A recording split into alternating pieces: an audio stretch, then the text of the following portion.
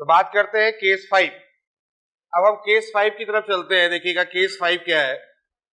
यहां पर भी हम मिक्सचर ले रहे हैं, ठीक है। जैसे कि हमने इससे पहले क्या किया था, मिक्सचर लिया था और उस मिक्सचर में हमने क्या किया था, स्ट्रॉन्ग एसिड और स्ट्रॉन्ग एसिड का और स्ट्रॉन्ग बेस का मिक्सचर लिया था। अब हम यहाँ पर जो केस 5 है इसमें हम लेंगे स्ट्रॉन्ग एसिड और स्ट्रॉन्ग बेस का मिक्सचर। अब कॉन्सेप्ट को समझने की कोशिश करना, स्ट्रॉन्ग एसिड और स्ट्रॉन्ग बेस का मिक्सचर, ये कंडीशन यहाँ पर ली जाएगी। क्लियर है। अब स्ट्रॉन्ग एसिड स्ट्रॉन्ग बेस के मिक्सचर में क्या कंडीशन होती है उसको देख ले। देखिए क्वेश्चन को सॉल्व वैसे ही किया जाएगा जैसे पहले हम कर रहे थे, यानी केस 3 में हम लोग कर रहे थे। हमने क्या किया था, जो भी हम स्ट्रॉन्ग ले रहे थे उसका क्या लिया था, M1 ले लिया था, वॉल्यूम V1 ले लिया था और हमने कहा था X1 साथ में रख लो आप। क्लियर है, X1 साथ में रखेंगे। उसी तरीके से यहां पर अगर हम ले लें तो यहाँ क्या होगा, M2 हो गया, यहाँ पर V2 हो गया और यहाँ X2 हो गया। अब कॉन्सेप्ट को समझने की कोशिश करो। देखो यहां पर 3 केस बन सकते हैं कि इसका मल्टीप्लिकेशन यानी कि इसका जो गुणनफल होगा वो इससे ज्यादा हो सकता है, यानी कि ये ज्यादा हो सकता है इससे, या इसका गुणनफल इससे ज्यादा हो सकता है। इसका मतलब ये हुआ कि जो क्षार होगा वो अम्ल से ज्यादा होगा। और तीसरा ये हो सकता है कि दोनों एक दूसरे के बराबर हो। क्लियर हो गया। तो हम तीनों केस को ले रहे हैं, तीनों पॉइंट को ले रहे हैं। पहला पॉइंट ये है कि मान लेते हैं ऐसा हो जाए कि M1 V1 X1 जो हो वो ग्रेटर हो जाए M2 V2 X2 से। क्लियर है।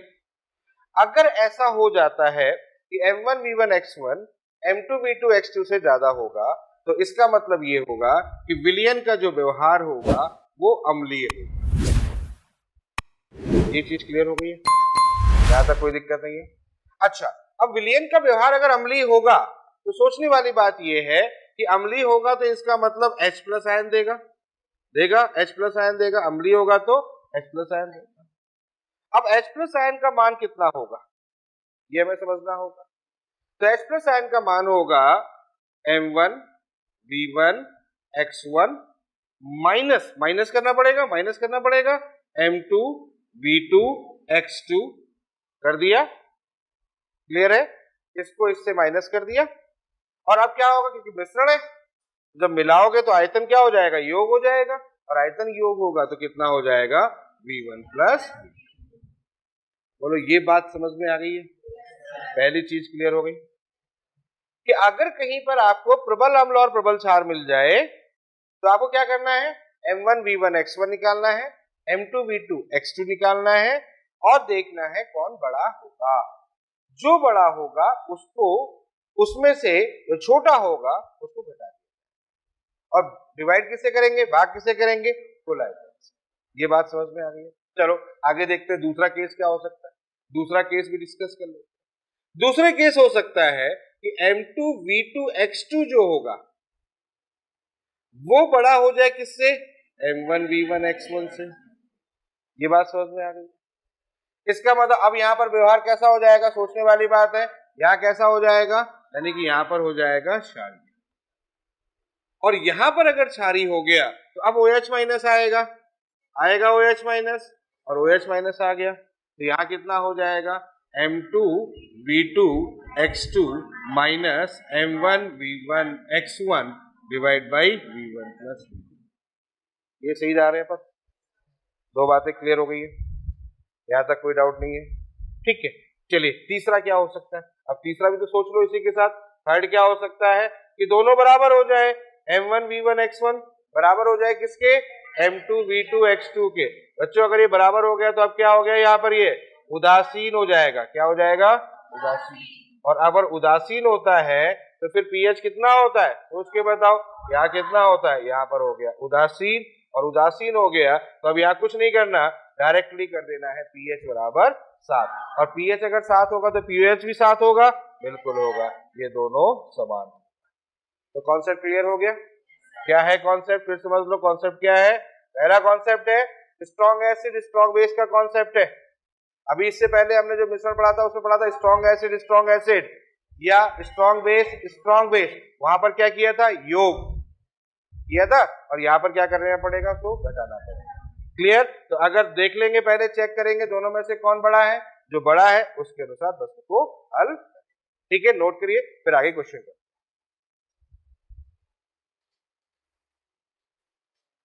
हो गया, ठीक है, कंप्लीट कर लिया। चले क्वेश्चन देखते हैं। चलो क्वेश्चन देखो, पहला first question, 0.2 m 200 ml HCl को हमने ऐड किया है 0.1 m 200 ml NaOH के साथ। चलिए हमारे साथ में क्वेश्चन को सॉल्व करिए। बहुत सिंपल सा क्वेश्चन लिया है मैंने पहला, बहुत सिंपल सा क्वेश्चन है, ट्राई करो। कैसे करेंगे, क्या क्या हमारे पास में चेक करो। HCl हमारे पास में है, ठीक है बच्चों, HCl हमारे पास में है। HCl है कितना होगा 0.2 मल्टीप्लाई बाई 200, और इसके लिए x की वैल्यू कितनी होगी 1 हो जाएगा। तो यहाँ कितना हो जाएगा अपने पास में 40, सही जा रहे हैं। अब हम बात करते हैं NaOH के लिए, ठीक है, सॉल्व करेंगे। यहाँ कितना होगा 0.1 इंटू कितना होगा 200 इंटू 1, यहाँ पर भी 1, यहाँ कितना होगा 20। तो कौन ग्रेटर है, HCl है ना, HCl ग्रेटर है, किससे ग्रेटर हो गया, NaOH से, और ग्रेटर हो गया तो इसका मतलब सोल्यूशन कैसा हो गया, अम्ला एसिडिक हो जाएगा अपना, ठीक है, सोल्यूशन अम्लीय हो गया, एसिडिक हो गया। और एसिडिक हो गया तो अब क्या करेंगे, सीधे सीधे क्या करेंगे, X प्लस आयन कैलकुलेट कर लेंगे। X प्लस आयन कैलकुलेट करें, कितना हो गया 40 माइनस 20 हो जाएगा, कर लिया। डिवाइड बाई कितना हो जाएगा 200 प्लस 200 कितना हो गया 400, यहाँ कितना होगा 20 डिवाइड बाई 400। आ गया समझ में, तो यहाँ से यहाँ कैंसिल आउट हो गया, कितना हो गया 1/20, सही है 1/20। तो pH कैलकुलेट कर लो, तो pH इज इक्वल टू कितना होगा माइनस लॉग 1 प्लस लॉग 20, मैं डायरेक्ट कर दे रहा हूँ, log 20 मतलब log 10 plus log 2, 10 multiply by 2, log 10 plus log, clear. यहाँ सॉल्व किया, log 1 की वैल्यू कितनी हो गई 0, log 10 की वैल्यू 1, log 2 की वैल्यू 0.30, तो 1.30 फाइनल आंसर आ गया, ये हमारा आंसर, ठीक है भाई, समझ में आ गया 1.30, ठीक है, नोट करो। चलिए नेक्स्ट क्वेश्चन ले रहे हैं, फटाफट नोट करें। 0.02 m 200 ml HCl plus 0.04 m 200 ml BaOH whole twice. चलिए सॉल्व करिए फटाफट, pH कैलकुलेट करना है। तो चलिए क्वेश्चन देखते हैं। तो हमारे पास में देखिए H प्लस आयन कैलकुलेट कर लेंगे, फॉर्मूला वही होगा M1V1X1 वाला। यहाँ हो गया 0.2 मल्टीप्लाई बाई 200, ठीक है, 0.02 मल्टीप्लाई बाई 200 मल्टीप्लाई बाई 1, तो इसको सॉल्व करोगे तो कितना आ जाएगा, यहाँ पर 4 आ जाएगा, ओके। यहाँ OH माइनस आयन सॉल्व कर लो, कितना हो जाएगा आपके पास 0.04 मल्टीप्लाई बाई 200 मल्टीप्लाई बाई 2, कितना हो जाएगा 16 हो जाएगा। कौन ग्रेटर है, OH माइनस आयन ग्रेटर है, तो हमें क्या कैलकुलेट होके आएगा OH माइनस आयन, कितना हो जाएगा 16 माइनस 4 डिवाइड बाई 400, ये आ जाएगा, ठीक है। तो यहाँ हो जाएगा 12 डिवाइड बाई 400, क्लियर है। यहाँ पे सॉल्व करोगे यहाँ 3, यहाँ हो जाएगा 3 डिवाइड बाई 100, क्लियर है, समझ में आ गया। सॉल्व कर लोगे यहाँ कितना आ जाएगा, pOH is equal to minus log 3 plus log 100, clear, ठीक है। लॉग 3 की वैल्यू कितनी होती है माइनस 0.47, और लॉग 100 की वैल्यू 2, और 10 टू पावर यहाँ पर क्या आ जाएगा 2 आगे आ जाएगा, 2 लॉग 10 2 आ जाएगा, ठीक है। तो यहाँ कितना होगा 1.53, okay, that is the pOH। ये pOH आया, pH नहीं आया भैया, pH चाहिए अपने को, तो क्या करना पड़ेगा, pH इज इक्वल टू कितना होगा 14 माइनस 1.53, कितना होगा 12.47, that is the final, clear है, सिंपल है, कोई डाउट नहीं है। चलो नेक्स्ट क्वेश्चन की तरफ चलते हैं। नेक्स्ट क्वेश्चन ले रहा हूं मैं, question number 3, m/2 200 ml HNO3 and m/2 mixed with m/2 100 ml BaOH whole twice. What is the pH of the mixture? मतलब इस मिश्रण का pH क्या होगा? ठीक है, इस मिश्रण का pH क्या होगा? तो इसमें सीधे सीधे सॉल्व कर सकते हैं HNO3. तो HNO3 के लिए अगर कंडीशन देखें तो क्या हो जाएगी? अगर हम इसके लिए सॉल्व करना है स्टार्ट कर रहे हैं तो यहां हो गया 1/2. इधर देख लो 1/2 इंटू 200 इंटू 1 कितना हो जाएगा यहाँ पर? 40. सॉरी हाँ 100. हाँ अरे माय गॉड, इतना खतरनाक कैलकुलेशन, कभी कभी तुम्हारा असर आ जाता है. ये लो 100 हो गया, ठीक. और यहाँ देख लो यहाँ कितना हो गया? 1/2 इंटू 100 इंटू 2. क्लियर? यहाँ भी कितना हो गया? 100. तो दोनों एक दूसरे के इक्वल हो गए. तो इसका मतलब ये क्या हो गया? न्यूट्रल. क्लियर हो गया? और न्यूट्रल अगर होगा तो पीएच की वैल्यू कितनी होगी? समझ में आ गया? तो सीधा सीधा क्वेश्चन आ गया. तो कॉन्सेप्ट क्लियर हो गया कि कॉन्सेप्ट क्या है. कॉन्सेप्ट जो है वो मिक्सचर का है. और मिक्सचर कौन सा हो गया? Strong acid strong base. तो देखो मिक्सचर में हमने क्या क्या सीख लिया? स्ट्रॉन्ग एसिड या स्ट्रॉन्ग बेस एक कॉन्सेप्ट सीख लिया. और दूसरा कॉन्सेप्ट कौन सीख लिया? Strong acid strong base. Clear है? चलो अब आते हैं नेक्स्ट केस में. तो कौन सा केस नंबर अपने पास में आ रहा है? बताओ जरा मुझे. 6. Very good. चलो बात करते हैं केस नंबर 6. ठीक है, केस नंबर जो 6 है ये भी मिक्सचर वाला है, मिश्रण वाला है. केस नंबर जो 6 आ रहा है ये भी बच्चा मिश्रण के लिए ही है, मिश्रण के लिए ही है. अब आप सोचो देखो कितने मिश्रण होते हैं, एक साथ में हम बाद में देख लेंगे, लेकिन यहां पर भी मिश्रण की बात करेंगे.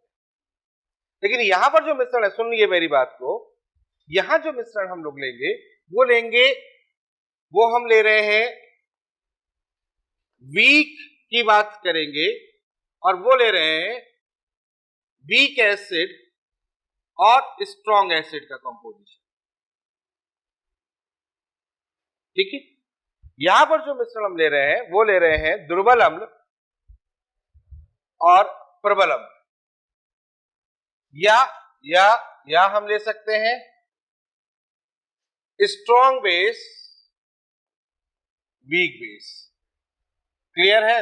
जैसा मैं बोल रहा हूं वैसे ही दिमाग में रखना है. एक प्रबल एक दुर्बल, लेकिन दोनों एक ही व्यवहार के. मतलब अगर अम्ल है तो दोनों अम्ल होंगे, और क्षार है तो दोनों क्षार होंगे. आ गया समझ में? क्लियर है? हालांकि इस पर क्वेश्चन नीट में अभी तक नहीं बना है, ये भी मैं बता देता हूं कि नीट पर अभी तक ऐसा क्वेश्चन इसके लिए नहीं बना है.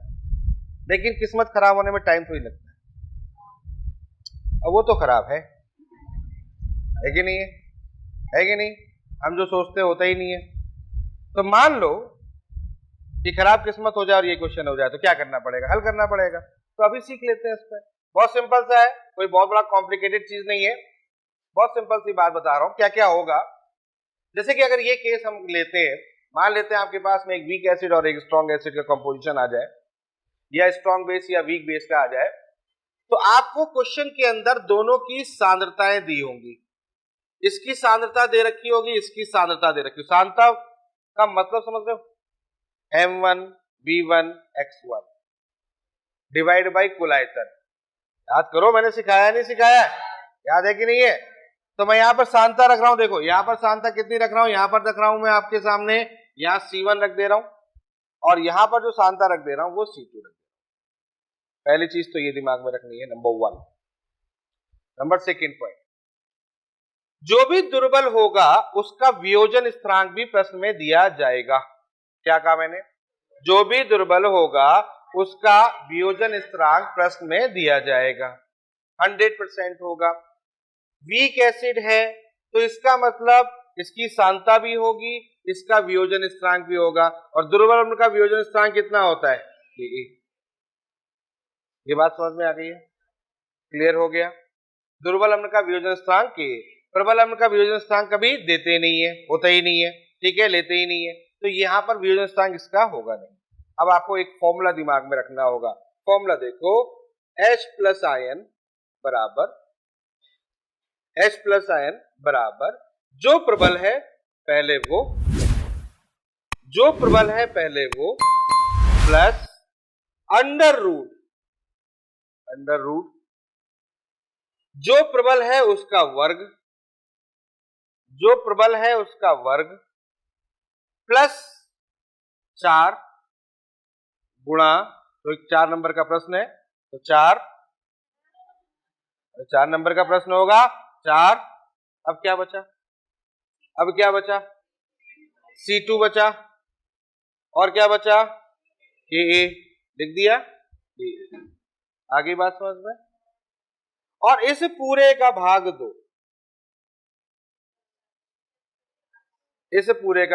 2, 4 नंबर का प्रश्न है, भाग 2। पहले कौन आएगा, प्रबल वाला, प्रबल प्लस अंडर रूट प्रबल का स्क्वायर प्लस 4, 4 नंबर का क्वेश्चन, 4 C2 Ka वियोजन।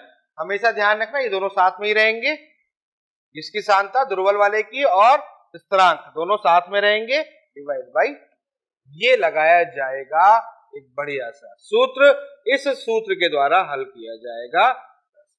कब ध्यान रखना है, जब हमारे पास में क्या हो, एक प्रबल हो और एक दुर्बल हो। समझ में आया? वो यहां भी हो सकता है, अगर यहां होगा तो यहां क्या आ जाएगा OH माइनस, बाकी एज इट इज रहेगा। कोई डाउट यहां तक? नोट करो फिर बताता हूं।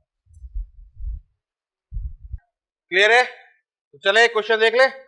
चलो भैया एक क्वेश्चन देख लेते हैं, सरल देखेंगे। चलो भैया सरल सा क्वेश्चन देखेंगे। चलो देखिए, हमारे पास मान लेते हैं HCl है 10 टू पावर माइनस 4m, ये सांता दे रखी है। देखिए HCl की कुल सांता दे रखी है, ठीक है।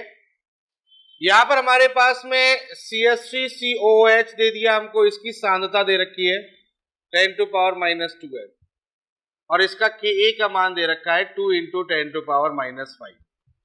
क्लियर? इन दोनों का कहा गया कि मिश्रण तैयार किया गया, इसका मिश्रण तैयार किया गया, और मिश्रण तैयार करने के बाद आपसे पूछा गया कि बताओ इसका पीएच कितना होगा। क्लियर है? कर लोगे भाई? हो जाएगा, ट्राई करो जरा एक बार।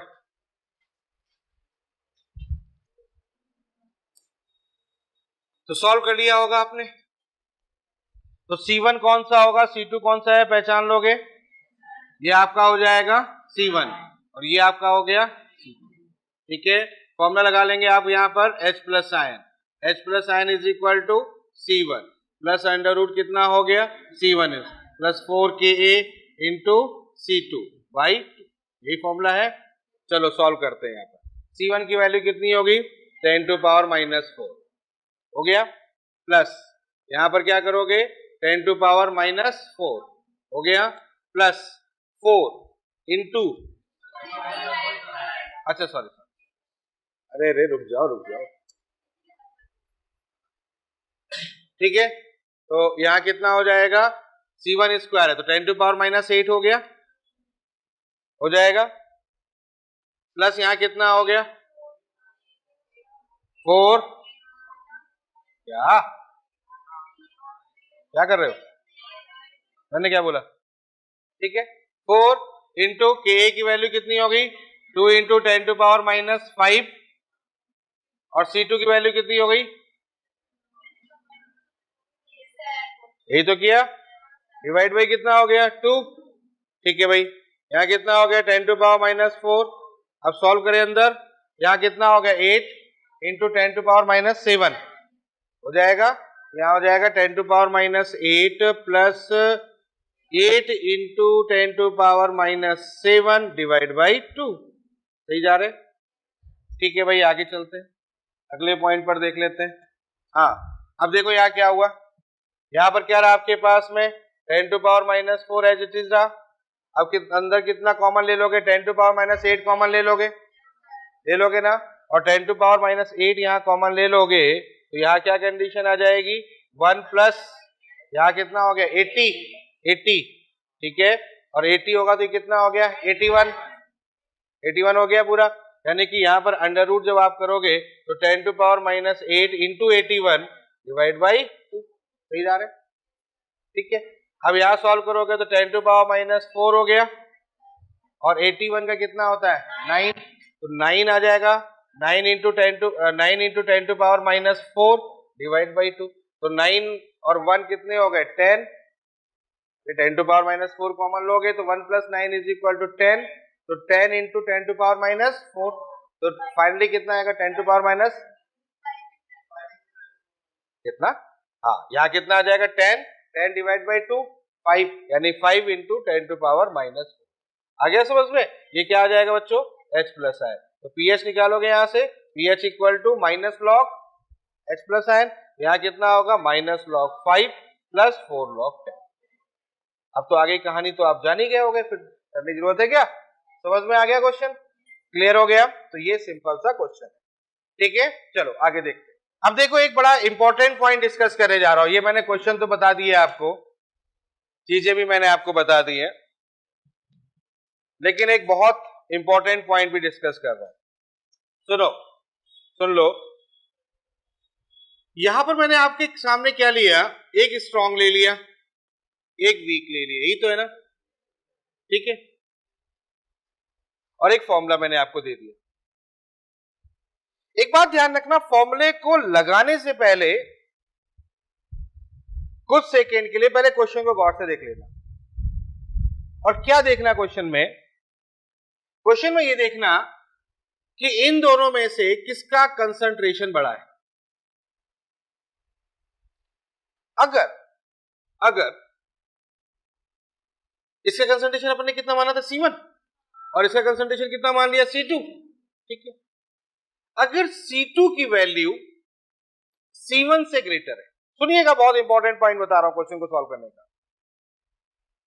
C2 की वैल्यू C1 से ग्रेटर है, मतलब वीक एसिड का जो कंसंट्रेशन है वो स्ट्रॉन्ग एसिड से ज्यादा है, तो उस कंडीशन पर कौन सा फॉर्मूला लगाना है जो मैंने अभी बताया, C1 आया, C1 लिया हुआ है, रुकना, C1, ठीक है, C1 plus C1 square plus 4Ka C2/2, ये लगाना है बस, तो के बिंदास ही फॉर्मूला लगाना है। लेकिन अगर क्वेश्चन में C1 is greater than C2 हो जाए, मतलब स्ट्रॉन्ग एसिड जो है वो वीक एसिड से ग्रेटर हो जाए, ये कॉन्सेप्ट बन सकता है, ये कॉन्सेप्ट आ सकता है, ये हो जाए। तो ऐसी जगह पर क्या करना है वो मैं आपको बताने जा रहा हूं, वो ये कि अब जो वीक एसिड है इसको भूल जाना, और सभी का जो कंसंट्रेशन मतलब जो पीएच निकालना होगा वो पीएच स्ट्रॉन्ग एसिड के थ्रू ही निकालना। क्या कहा मैंने, ये है कॉन्सेप्ट, फिर से रिपीट कर रहा हूं, अभी फॉर्मूला बता दिया मैंने, weak acid strong acid, weak base strong base का कॉन्सेप्ट बताया, क्लियर है, लगा लो फॉर्मूला। लेकिन फॉर्मूला लगाने की भी एक लिमिटेशन है कि अगर ये कंडीशन है, अगर वीक जो है उसका कंसंट्रेशन स्ट्रॉन्ग से ज्यादा है तो फिर आप ये लगाओ। लेकिन अगर ऐसा हो जाए कि अगर आपका स्ट्रॉन्ग जो है वो वीक से ज्यादा है तो उस कंडीशन पर फिर आप वीक को भूल जाना, फिर जरूरत नहीं है उसकी। क्यों नहीं है, क्योंकि वीक का H प्लस आयन या OH माइनस आयन स्ट्रॉन्ग के कंपेयर में तो बहुत कम होगा कि नहीं होगा, तो आप उसको नेग्लेक्ट कर सकते हो, समझ में आ रहा है, नेग्लेक्ट कर सकते हो, वहां पर जरूरत नहीं है, क्वेश्चन डायरेक्टली सॉल्व किया जा सकता है। जैसे अभी मैंने क्वेश्चन दिया था उसी क्वेश्चन का ही रिपीट दे देते हैं। मान लेते हैं आपके पास HCl ही 10⁻⁻2 और CH3 जो COH आपके सामने रखा हुआ है उसकी वैल्यू 10⁻⁻4 है। तो बड़ा कौन है? बड़ा कौन है? नेचुरल सी बात है, HCl बड़ा है ना, HCl बड़ा है ना, और HCl बड़ा है तो क्या उसकी जरूरत पड़ेगी मुझे? मैं डायरेक्ट क्वेश्चन को ऑप्शन के अकॉर्डिंग ले जाऊंगा और यहां पर H प्लस आयन को डायरेक्ट में कर दूंगा 10⁻⁻2 यानी pH इज इक्वल टू 2। ये रहा आपके पास में एक तरीका। समझ में आया कि नहीं? क्लियर? तो सोचना नहीं है, कंफ्यूजन कर सकता है, यहां पर आपको कंफ्यूज नहीं। क्लियर है? पॉइंट समझ में आया? तो 1 मिनट के लिए क्वेश्चन को जरूर देखना है कि क्वेश्चन के अंदर वैल्यूज किस टाइप की है और देन उसके बाद क्वेश्चन को प्रोसेस नोट करो, फिर आगे बात करो। केस नंबर 7, ठीक है, केस नंबर 7। तो केस नंबर 7 में हम लोग जो बात करेंगे वो बात करेंगे दुर्बल अपघट्य, दुर्बल अपघट्य, ठीक है। अब ये दुर्बल अपघट्य बेटा कोई भी हो सकता है, कौन सा हो सकता है? वीक एसिड भी हो सकता है और वीक बेस भी हो सकता है। क्लियर है? समझ में आ रही बात? वीक एसिड या फिर वीक बेस हो सकता है, ठीक है। इसको समझाने के लिए एक साइंटिस्ट थे जिन्होंने इसको एक्सप्लेन किया था, उसको बोलते हैं ओस्टवाल्ड का तनुता नियम। क्लियर? ओस्टवाल्ड का तनुता नियम, ये बात समझ में आ गई? चलो बात करते हैं ओस्टवाल्ड का तनुता नियम क्या है। ओस्टवाल्ड का तनुता नियम यह है कि किसी भी अपघट्य का वियोजन की दर, वियोजन की दर यानी इसको क्या बोलते हैं? Degree of dissociation. Clear? Degree of dissociation alpha जो होगा वो अल्फा उसकी सांद्रता के, उसकी सांद्रता के, उसकी सांद्रता के, अरे भाई उसकी सांद्रता के अंडर रूट के व्युत्क्रमानुपाती होता है। ये है पॉइंट। ये वियोजन की दर है, ध्यान रखना, कंफ्यूज मत होना। ये वियोजन की दर है, ठीक है, ये यहां पर है और ये समानुपाती है, यानी कि वियोजन की दर सांद्रता के, वियोजन की दर सांद्रता के वर्गमूल के अंडर रूट के व्युत्क्रमानुपाती है। ये समझ में आया? इसका अर्थ क्या हो रहा है? इसका अर्थ समझो। इसका अर्थ ये है कि अगर हम सांद्रता घटाएंगे तो वियोजन की दर बढ़ेगी। समझ में आ गया? जितनी सांद्रता, सांद्रता घटाने का मतलब समझ रहे हो? सांद्रता घटाने का मतलब क्या हो गया बेटा? तनुता को बढ़ाना। यानी कि इसका मतलब है कि अगर हमारे पास में कोई दुर्बल अपघट्य है और अगर हम उसको तनु कर रहे, तनुता बढ़ा रहे हैं, तो तनुता जैसे जैसे बढ़ाते जाएंगे वैसे वैसे सांद्रता क्या हो जाएगी? कम होती जाएगी, और सांद्रता कम हो जाएगी तो वियोजन की दर बढ़ेगी, और जब वियोजन की दर बढ़ेगी तो इसका मतलब H प्लस आयन या फिर OH माइनस आयन के प्राप्त होने की जो दर होगी वो भी ज्यादा। क्लियर हो गया? समझ में आ गया? तो चलिए इसको देखना स्टार्ट करते हैं, उन्होंने कैसे बताया था उसको देख लेते हैं। तो एक काम करते हैं, सबसे पहले हम एक दुर्बल अम्ल लेते हैं। तो दुर्बल अम्ल कौन सा हो गया? HA, ठीक है। तो हम यहां पर इसको ले लेते हैं HA और इसका कर देते हैं वियोजन। तो ये रहा आपके पास में HA, यहां क्या होगा बच्चों? H plus plus A minus. समझ में आ गया? कोई डाउट यहां तक? ठीक है। यहाँ T इक्वल टू कितना लिया? 0। यहाँ सांद्रता कितनी ले ली? C। ये समझ में आ गया होगा? यहाँ तो कुछ नहीं बना, ठीक है। अब T इक्वल टू क्या ले लिया अपन ने? T। यहाँ क्या हो गया? C1 minus alpha. सबको समझ में आ गया? यहाँ कितना हो जाएगा बच्चों? C alpha. यहाँ कितना हो गया? कोई डाउट यहाँ तक? सिंपल है, कोई डाउट नहीं है, ठीक है। आगे चलो, चलो बताओ कि A इक्वल टू कितना हो जाएगा? K इक्वल टू कितना हो गया? H प्लस हो गया, यहाँ कितना हो गया? A माइनस हो गया, डिवाइड बाई यहाँ कितना हो गया? H हो जाएगा। यहाँ कितना हो गया? C अल्फा इंटू यहाँ कितना हो गया? C alpha, C1 minus alpha, C से C, यानी कि A इक्वल टू कितना आ जाएगा? A इक्वल टू आ जाएगा C alpha square divide by 1 minus alpha. बोलो यहाँ तक कोई डाउट? निकल गया? क्लियर है? तो K क्या आ गया? K इक्वल टू आ गया C alpha square divide by 1 minus alpha. चलो आगे देखते हैं। तो आपको क्या दिखा के ए दिखा कितना लिखा, C alpha square divide by 1 minus alpha. अब सोचने वाली बात क्या है यहाँ पर, देखो सोचने वाली बात क्या है, अब देखो क्या करें, अल्फा क्या होता है, वियोजन की दर, तो अल्फा का मान लेता हूं किससे होगा, 1 से छोटा। भाई जितना छोटा अल्फा होगा उतना ही वियोजन की दर कम होगी। और किसके सापेक्ष दे रहे हैं, 1 के सापेक्ष, 1 से क्या होगा सापेक्ष, अल्फा बहुत छोटा होगा। ये बात समझ में आ गई। तो यानी अल्फा 1 से छोटा हो गया तो हम क्या कर सकते हैं, 1 माइनस अल्फा की जगह हम कितना लिख सकते हैं, 1। तो अब यहां पर बन जाएगा के ए इक्वल टू क्या बन गया, सी अल्फा स्क्वायर। बोलो बच्चों समझ में आ गया, क्लियर हो गया। तो यहां बन गया आपका K equal to C alpha square. ये बेटा आपसे कहा नहीं जाएगा, ये आपको खुद ही कॉमन सेंस लगाना है। हालांकि अल्फा नेगलेक्ट नहीं भी हो सकता है, हमें मान के चलते हैं कि अल्फा का मान, देखो सुनिएगा, अल्फा का मान अगर 10% से छोटा है तो उस जगह पर आप उसको नेगलेक्ट कर लो, और 10% से अगर ज्यादा है तो फिर नेगलेक्ट नहीं किया जा सकता। लेकिन नीट में क्वेश्चन जो भी बनेगा वो 10% से नीचे ही बनेगा। समझ में आ गया। तो आप बिल्कुल निश्चिंत होकर वहां पर क्या करना, अल्फा को 1 माइनस अल्फा जो है उसको 1 मान के चलना। जेई वगैरह में जब क्वेश्चन आ जाते हैं उसमें ये कंडीशन हो जाती है। समझ में आ रहा है कि नहीं आ रहा है, क्लियर है। तो इसको दिमाग में रखिएगा कि 10% से ये कम ही अल्फा यहाँ पर बहुत कम छोटा, बहुत कम या बहुत छोटा होगा। फिलहाल चलो ये समझ में आ गया, K equal to C alpha square आ गया। अब जरा मुझे बताओ कि ए क्या है, दुर्बल अम्ल का वियोजन स्थिरांक है, याद आ गया। क्या ये बदलाव करेगा, स्थिरांक किस पर बदलाव करता है, मतलब ये जो किस पे करता है, ताप पर, टेम्परेचर पर। तो टेम्परेचर तो यहाँ कांस्टेंट पहले से लेके चलेंगे, टेम्परेचर का वेरिएशन तो यहाँ लेंगे ही नहीं।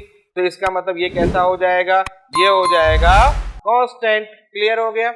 और जब ये कांस्टेंट हो गया तो फाइनली यहाँ क्या हो जाएगा, C alpha square is equal to constant, यानी कि अल्फा इज इक्वल टू कितना हो जाएगा, जो मैंने अभी थोड़ी देर पहले बताया था, 1/√c। यही तो है ओस्टवाल्ड का तनुता नियम। अगर ये बात समझ में, यही तो है ओस्टवाल्ड का तनुता नियम। कोई डाउट यहाँ तक, कोई प्रॉब्लम यहाँ तक नहीं ना। चलो अभी बात खत्म नहीं हुई, एक मिनट रुक जाओ। तो यहां तक तो हमने ये बात समझा दी। अब देखो इससे फायदा क्या होने वाला है, यानी कि हमने क्यों इसको सीखा या ये किस चीज के लिए प्रयोग किया जाता है उसको देखो। जनरली हम लोग क्या सॉल्व करते हैं, पीएच, यही तो करना है हमको, यानी कि हमें क्या निकालना है, पीएच का मान निकालना है। ठीक है, पीएच के मान निकालने के लिए हमें किस चीज की जरूरत पड़ेगी, H प्लस आयन की। H प्लस आयन का मान कितना है कि नहीं, H प्लस आयन का मान सी अल्फा है। तो चले उधर, चलो H प्लस आयन के लिए पीएच के लिए सॉल्व करना स्टार्ट करते हैं। देखें वहां पर, तो हमारे पास में क्या है बच्चों, H प्लस आयन बराबर कितना हो गया, सी अल्फा। ये बात समझ में आया। अल्फा का मान कितना है, अल्फा का मान यहाँ देखो कितना आया, अगर यहाँ पर अगर देखो, यहां से देख लो, ये तो हमने बता ही दिया, यहां से डायरेक्ट देखो तो अल्फा इक्वल टू कितना हो गया, √KA/C आया ना। तो क्या मैं इसको यहां रख दूं, रख सकता हूं, यहां पर क्या रखूंगा, यहां पर C इंटू √KA/C। क्लियर। अब इसको अंदर ले जाऊं तो वर्क करना पड़ेगा मुझे, ये तो पता ही है ना बेटा, बाहर से लेके आया तो √, और अंदर लेके जाए तो इसको वर्क कर दो, तो क्या हो जाएगा यहाँ पर, इतने तो होशियार आप हो, मुझे पता है यार, C square into KA divide by C, C से C कैंसिल आउट हो गया, तो कितना आ गया, √KA इंटू C। बोलो बच्चों समझ में आया। यानी इसका मतलब H प्लस आयन कितना आ गया हमारे पास में, H प्लस आयन आ गया KA इंटू C की घात 1/2। क्लियर हुआ, क्लियर हुआ, ये बात समझ में आ गई है। तो यहां पर हो गया H plus ion is equal to KA into C की घात 1/2। और अब मुझे बताओ यहां से मुझे क्या निकालना है, पीएच निकाल पाओगे, pH is equal to minus log H plus ion होता है, रटना बिल्कुल नहीं है, समझो इस बात को। यहाँ कितना होगा, KA इंटू C 1/2, 1/2 आगे चला जाएगा, जाएगा 1/2 आगे, क्या हो जाएगा, minus log KA, minus log KA minus log C, सही लिखा मैंने। और माइनस लॉग KA क्या होता है, PKA, अरे माइनस लॉग KA क्या होता है, PKA। तो यानी कि इसका मतलब pH इज इक्वल टू 1/2, यहां फॉर्मूला आपका तैयार हो गया, PKA माइनस लॉग C। ये है बच्चों पीएच निकालने का तरीका। ये वो वाला फॉर्मूला जब किसी दुर्बल अपघट की हम लोग बात करते हैं तो ये फॉर्मूला निकल के यहाँ पर आएगा। PH is equal to 1/2 pKa minus loss. Clear है? किसके लिए है ये? दुर्बल अम्ल के लिए। किसके लिए है? दुर्बल अम्ल के लिए। क्लियर हो गया? अब दुर्बल क्षार के लिए करना है। दुर्बल क्षार के लिए करना है तो क्या होगा? एक चीज सोचो रहा यहाँ पर, यही सोचो, यहाँ HA plus H plus A minus था तो यहाँ पर हमें क्षार लेना पड़ेगा, तो यहाँ OH माइनस होगा। होगा कि नहीं होगा? कर लोगे? अरे हो जाएगा ना। यहाँ OH माइनस होगा तो यहाँ कितना हो जाएगा? सारी कंडीशन वैसी रहेंगी, सारी कंडीशन रहेंगी। यहाँ पीएच की जगह क्या हो जाएगा? POH। यहाँ Ka की जगह क्या आएगा? Kb। तो मैं यहाँ पर एक और पॉइंट दे देता हूँ दुर्बल क्षार के लिए, मैं डायरेक्ट ही कर दे रहा हूँ यहाँ दुर्बल क्षार के लिए। और दुर्बल क्षार के लिए कंडीशन को अगर मैं यहाँ पर लूं तो क्या क्या हो जाएगा? देखो क्या क्या क्या बदलेगा और क्या नहीं बदलेगा। देखो यहाँ Ka की जगह क्या हो जाएगा? Kb। तो यहाँ पर अगर अपन बात करें तो यहाँ क्या हो जाएगा? Kb। Kb इक्वल टू कितना हो गया? C alpha square. बोलो यहाँ तक कोई डाउट नहीं है? ठीक है। अल्फा इज इक्वल टू कितना होगा? Alpha equal to Kb upon C। कैसा होगा? Under root. कोई डाउट यहाँ तक? नहीं, कोई दिक्कत यहाँ तक? OH माइनस आयन कितना होगा? वहां H plus ion equal to C alpha था, यहाँ OH minus ion equal to कितना हो गया? C alpha. बोलो कोई डाउट यहाँ तक? नहीं। अल्फा की वैल्यू यहाँ रख दो, अल्फा की वैल्यू यहाँ रख दो तो Kb अपॉन C, यानी यहाँ पर OH minus ion is equal to, इसको अंदर ले जाएंगे तो यहाँ कितना हो जाएगा? C इंटू, चलो मैं ही कर देता हूँ, Kb अपॉन C। आगे ले जाओगे तो क्या हो जाएगा? C square into Kb upon C। बोलो बच्चों कोई डाउट यहाँ तक? कैंसिल आउट, ये चीज हो जाएगी Kb इंटू C। फॉर्मूला क्या हो जाएगा? POH इक्वल टू कितना होगा? 1/2। यहाँ कितना होगा? PKb minus C। आ गई बात समझ में? तो एज इट इज फॉर्मूला है, कोई